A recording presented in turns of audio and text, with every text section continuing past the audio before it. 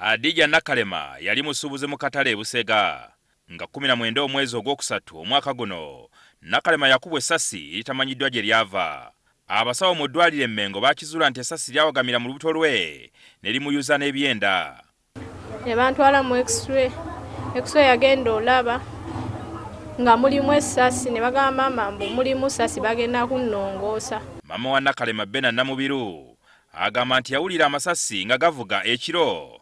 Kyokka mu kaseera mpawo kaga muwala we n'atandika okusinda olubuto. Omusawo atugamba ono omwana aliwa muwalana konza ate bibulamu naye simanyi nti alina essasi mu lubuto. Bano batulaze ekituli essasi weligambibwa okuyita mu bbaati ne limusanga nga yeebase.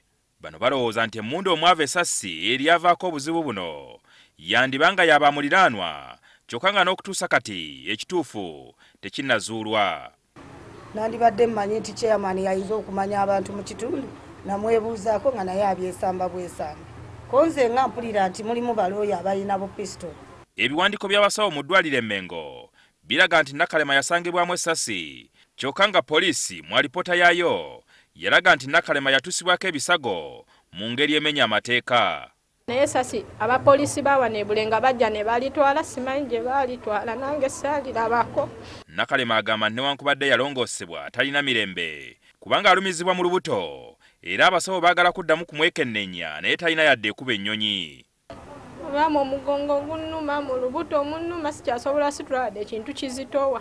Ssentebe wa Kikaaya zooni Bulenga Patrick Wamala gwe tufunidde ku lukomo lw'essimu atubulidde nti yakoma okugoberera ensonga zino ng'ekitongole kya poliisi ekikwasa empisa kiri mu kunoonyereza ku nsonga eno kubanga kirowoozebwa nti emmundu omwava essasi yandibanga ya ofiisa wa poliisi. Nakimanyako ekituufu era ne tugendawo ne OCE yaliwo ebiseera ebyo ebintu ne byetoolola ba CID investigations ne zigenda mu maaso kati awo ye step gye nakoma okumanya. Poliisi etubulidde nti egenda kuyingira mu nsonga za Nakalema enoonyereze lwaki essasi lyazuulibwa abasawo lyakekuba abapoliisi Bulenga oba olyawo n'ekigenderero eky'okubuzaabuza obujulizi.